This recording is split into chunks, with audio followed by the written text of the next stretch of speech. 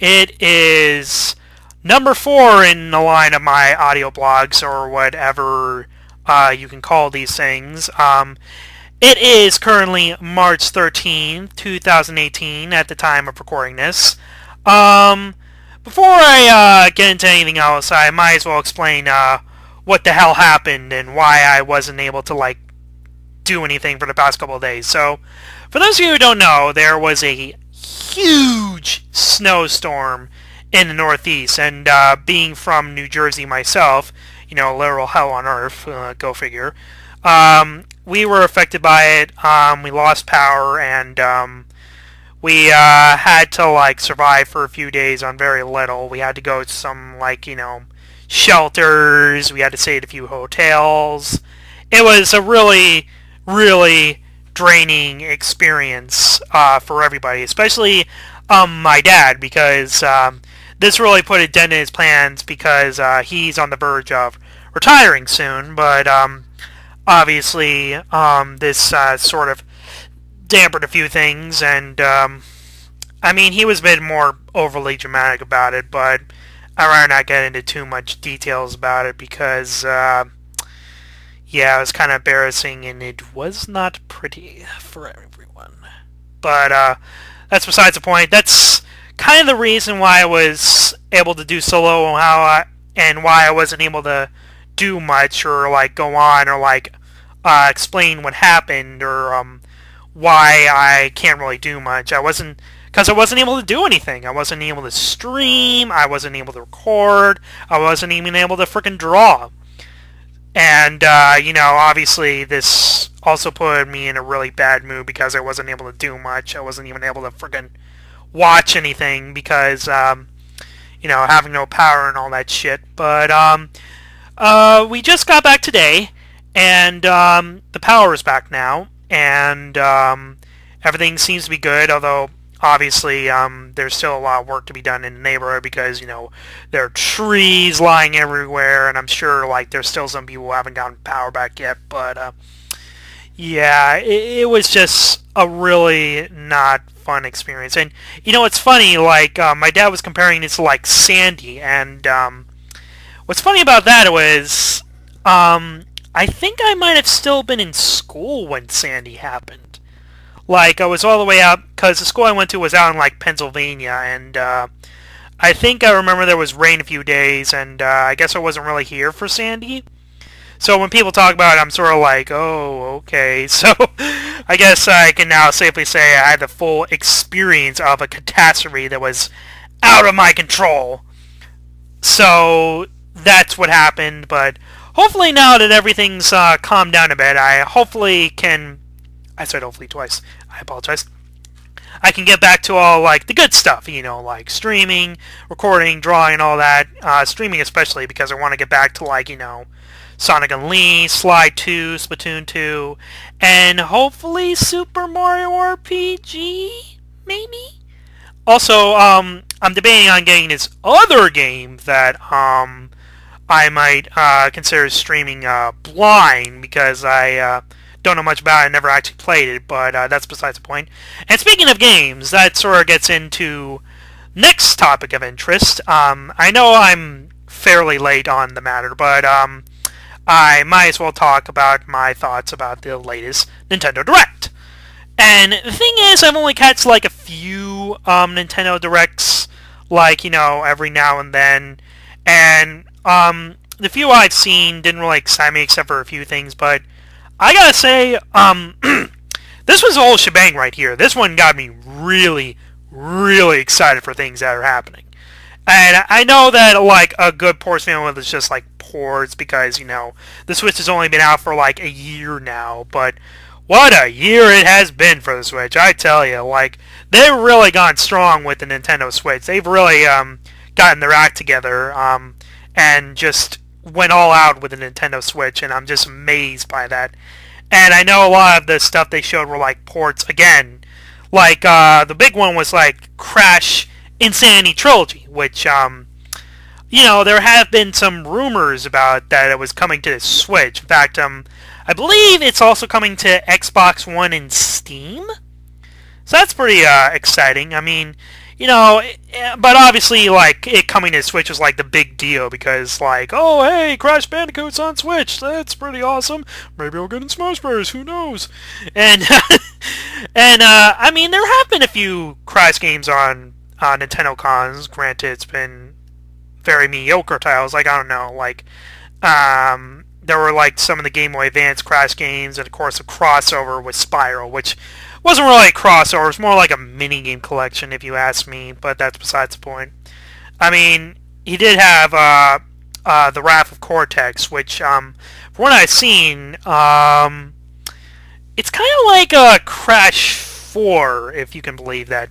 And of course, nobody gives a shit about Crash of Titans. Nobody gives a shit about Crash of Titans. But, it was really exciting to see, like, Crash Bandicoot coming to Nintendo Switch. And I'm thinking maybe this will come with, like, a patch for, like, everything else, like an update. Because as great as the games are, as great as these remakes are, Activision, I gotta say, you do not know how to program hitboxes. But anyway, on to some of the other stuff. What are some of the other ports they had? They had like a South Park, they had Okami, which is getting an HD release for the millionth time. Yeah, go figure, as soon as I get it on PS4, they release it for the Switch. And of course, knowing me, I'm gonna fucking buy it anyway. Go figure. Go figure. I'm so sorry, Trigger. But anyway, besides the point, they did show some new stuff that was coming for some existing games as well. Like, for some reason, they focus a lot of time on the Mario Tennis game, which is a bit weird because, like, I never really cared for the Mario sports games. I mean, I don't know if Mario Party or Mario Kart really counts as sports, but they really focus a lot of time on the Mario Tennis game. Not sure if that's a good thing or a bad thing because, I don't know. It didn't look that interesting to me, although the stuff they did show in, like, in terms of the moves, it was pretty interesting, even though I didn't really care for it. I do like how Waluigi is pretty much this badass sexy boy now. Oh, Waluigi. Can never do wrong with him. And of course, one other thing they showed was like Kirby Star Allies. Is the rumors being that they were going to include some of the characters that you could play as in Return to Dreamland, like Meta Knight, Bandana Wild D, and King DDD. But they also showed some other ones, like the partners Kirby had in Kirby's Dream Land 2 and 3, I believe, as well as Marks of all people. And they say, like, hey, there's going to be more friends you can play as in upcoming updates. Oh, that's this Kirby game is getting me really excited, and I can't wait to get it because it looks so good. Of course, I'm just a Kirby fanatic, and I'm excited about that. But there was another thing. They showed some other stuff, like stuff for 3DS, like Bowser's Inside Story, which I did not expect. But I'm still excited because Bowser's Inside Story is probably my favorite of the Mario and Luigi entries, so I am super, super excited to see it get a remake as well. And of course, they had the Bowser Jr. thing, which really just looks like a copy and paste of Bowser's mains, but hey, beggars can't be choosers. It's kind of funny to think about it because this means that Partners in Time will be the only entry that's not in Dream Team style.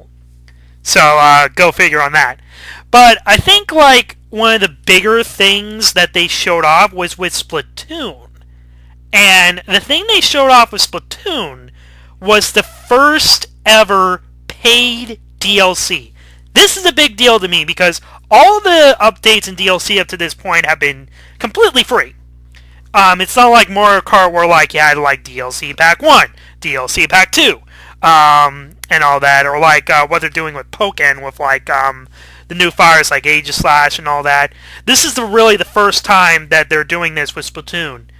Well, Splatoon 2 technically, and it's interesting because it's an expansion on single player, which I personally welcome because I mean, I know people talk about like multiplayer being the big aspect of Splatoon and Splatoon 2, and it is. But I honestly really liked the single player of both games. Like, it had a lot of potential. You got to hear a lot of like backstory and lore between the different characters like Cuttlefish, Callie and Marie, and all this other stuff. So I'm excited for this DLC to be focusing on a new single player aspect and with an Octoling of all things. And this is the big key point because there have been people who have wanted before I get ahead of myself, they say that if you complete this, you can play as an Octoling in multiplayer. Now this is a big deal because there have been people begging and crying and urging Nintendo to make Octolings playable, and now you can if you complete this.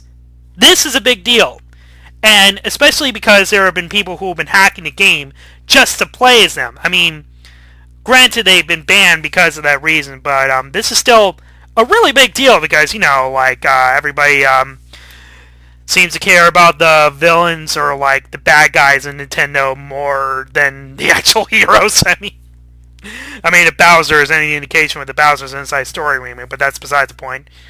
But yeah, really excited about Octopass. Was it Octo Extension, I believe? Yeah, I went ahead and pre-purchased it. I believe I have that all set up, and I should get the gear that they had. I don't know if you had to like pre-purchase it day one or something, but I still paid for it, so it's all good to go for when for when the time comes when they do release this. Hopefully, that yeah, they'll be releasing it in the summer, so hopefully I have everything set up for that. So it's good. And going back to the main point, the bigger highlight was Splatoon. Well, what was sort of Splatoon, but was sort of something else. At the very end of the Direct, you got a glimpse of an announcement that the Inklings are going to be playable characters in the new Smash Brothers game.